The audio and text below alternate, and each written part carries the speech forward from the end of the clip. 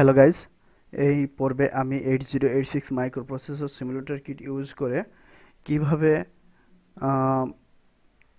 Multiplication করা যায়, দুটো 8 বিট নাম্বারের মাল্টিপ্লিকেশন করা যায় সেটি দেখাবো।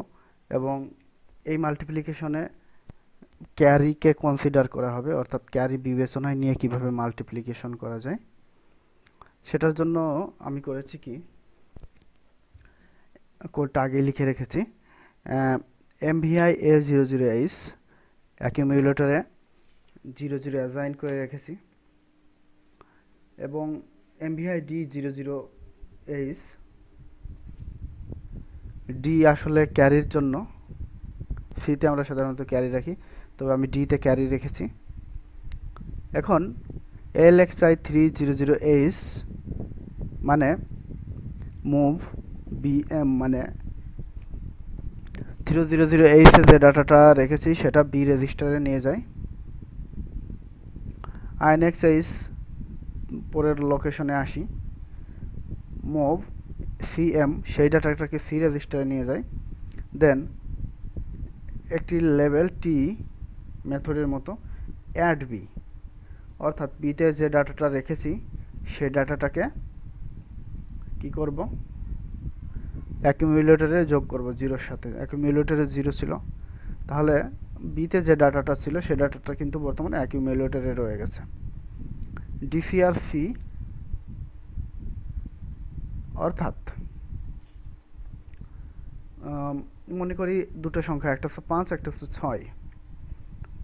এই ঘটনাটা ঘটে কিন্তু গুণফল কিন্তু যোগ করে দেখায়, অর্থাৎ 5কে যদি নিজের সাথে 6 বার যোগ করা যায়, 5 ছক 30, 5কে যদি নিজের সাথে 6 বার যোগ করা যায়, অর্থাৎ 5 যোগ 5 যোগ 5 যোগ 5 যোগ 5 যোগ 5, তাহলে 30 হয়।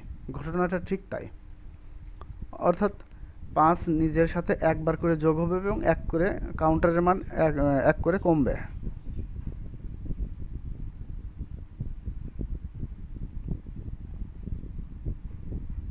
ডিটা এখানে ক্যারির জন্য আসলে,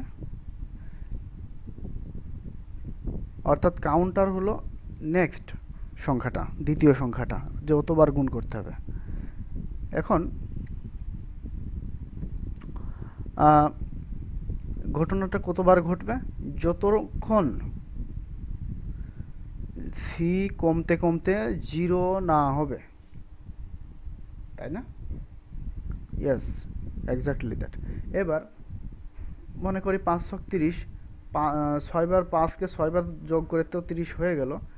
হওয়ার পরে এটা তো 0 হলে তখন নিচে নেমে আসবে JNC L1। এখন যদি সেই 30 সংখ্যাটিতে কোনো ক্যারি থাকে, তাহলে ক্যারি তো 0 করা আছে ডিতে, যদি ক্যারি না পাওয়া যায় সেই ক্ষেত্রে এখানে আসবে, L1-এ আসবে। INXH একটা লোকেশন তৈরি করে সেই মেমোরিতে অ্যাকিউমুলেটরের ভ্যালুটা বসিয়ে দেবে এবং আরেকটা লোকেশন তৈরি করবে এবং যে ক্যারি 0 ডিতে ছিল সেটা মেমোরিতে দেখিয়ে দেবে। কিন্তু যদি ক্যারি থাকে সেই ক্ষেত্রে যে NCL1-এ না যে INRD অর্থাৎ ক্যারির মান 1 বৃদ্ধি করবে, ডিতে ক্যারি রাখা আছে, ক্যারির মান 1 বৃদ্ধি করবে এবং INXH একটা লোকেশন তৈরি করবে, সেই লোকেশনে যোগফলটা রাখবে, আরেকটা লোকেশন তৈরি করবে INXH এবং সেই লোকেশনে ক্যারি 1 হয়ে গেছে সেই 1কে রাখবে। এভাবে প্রোগ্রামটা বের হয়ে আসবে। তাহলে আমরা বিষয়টা একটু ভালো করে বুঝে আসি স্টেপ বাই স্টেপ। এখানে মনে করি 0 4, এখানে 0 3, ওকে। নাও যদি প্রোগ্রামটা চালাই, অ্যান্সার 0C। অ্যাকচুয়ালি 04 গুণ 03 ইকুয়াল টু 12, কিন্তু 12 এর হেক্সাডেসিমাল মান কিন্তু সি, অর্থাৎ 0C। অলরাইট, সেই জন্য অ্যান্সার এসেছে 0C। কোনো ক্যারি ছিল না, তাই ক্যারির জায়গাতে 0 0। এখন দেখি 06 এবং 03 কত হয়। It is 12। কীভাবে 12? 3 গুণ 6 সমান 18, 18কে হেক্সাডেসিমেলে প্রকাশ করলে সেটা কিন্তু 12 হয়। ওকে, হেয়ার অলসো নো ক্যারি। এখন দেখি একটা বড় সংখ্যা দিই 0 6 এবং এটাকে গুণ দিই। Why not happening? ও 0 নট 6, নো এটা 6 0 6 0, অলরাইট। এখানে দেখা যাচ্ছে যে 6 0 এবং 0 3 গুণ দিলে হয় 180। আমি ক্যালকুলেটর দিয়ে করে দেখেছি, এই 180 হেক্সাডেসিমাল মান হলো 120 এবং সেক্ষেত্রে 20 হলো সংখ্যাটি এবং 1 হলো ক্যারি। এই হলো বিষয়টা।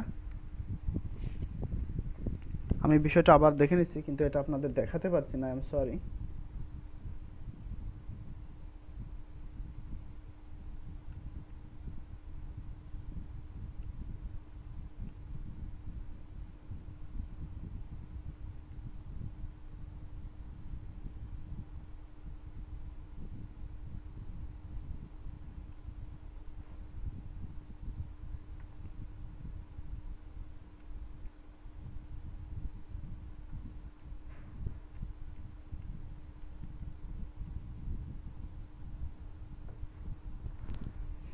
এটা কিন্তু অনেক ক্ষেত্রে B4ও আসতে পারে আপনাদের ক্যালকুলেটরে। সেই ক্ষেত্রে এটাকে ডিরেক্ট হেক্সাডেসিমাল 60 এবং ডিরেক্ট 03 করে গুণ দেবেন, তাহলে দেখবেন 120 আসছে। অলরাইট,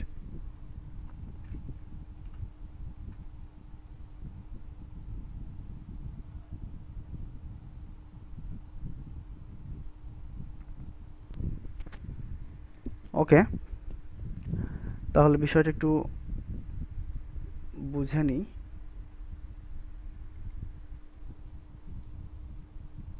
আমি আশা করছি এই পর্যন্ত আপনারা বুঝেছেন যে বি রেজিস্টারে ডাটা ঢুকাইছি এবং সি রেজিস্টারে ডাটা ঢুকাইছি। সি রেজিস্টারে এবার ডাটাটা ঢুকলো যে বি এবং সি, অর্থাৎ 6 এবং 3 গুণ দেব। ওকে, নাও অ্যাড বি হয়েছে, তাহলে অ্যাকুমুলেটরে 0 ছিল, 6 যোগ দিলে 0, অর্থাৎ 6-6-এর সাথে 3 বার যোগ হবে। এখন ডিসিআরসি সি কমে 2 হয়ে গেছে।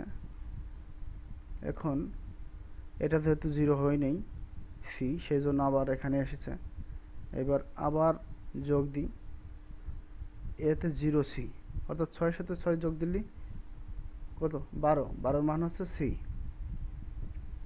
এবং এইবার চালাই ডিসিআরসি, সি ইকুয়াল টু 1 হয়ে গেছে।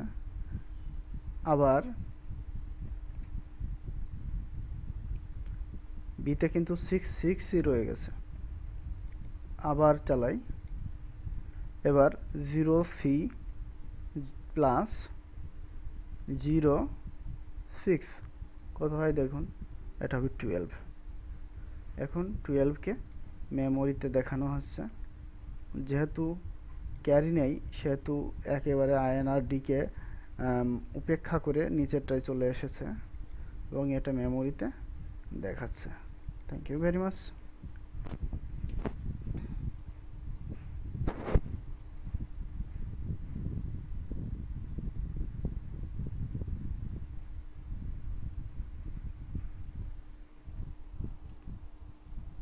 আসলে বিষয়টা এরকম অনেকটা যে 06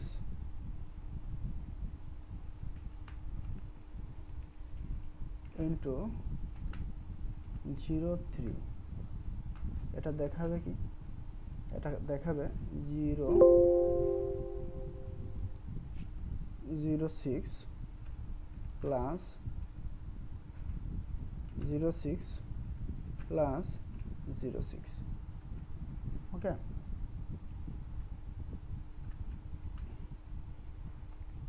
ঠিক এইভাবে ঘটনাটা ঘটবে।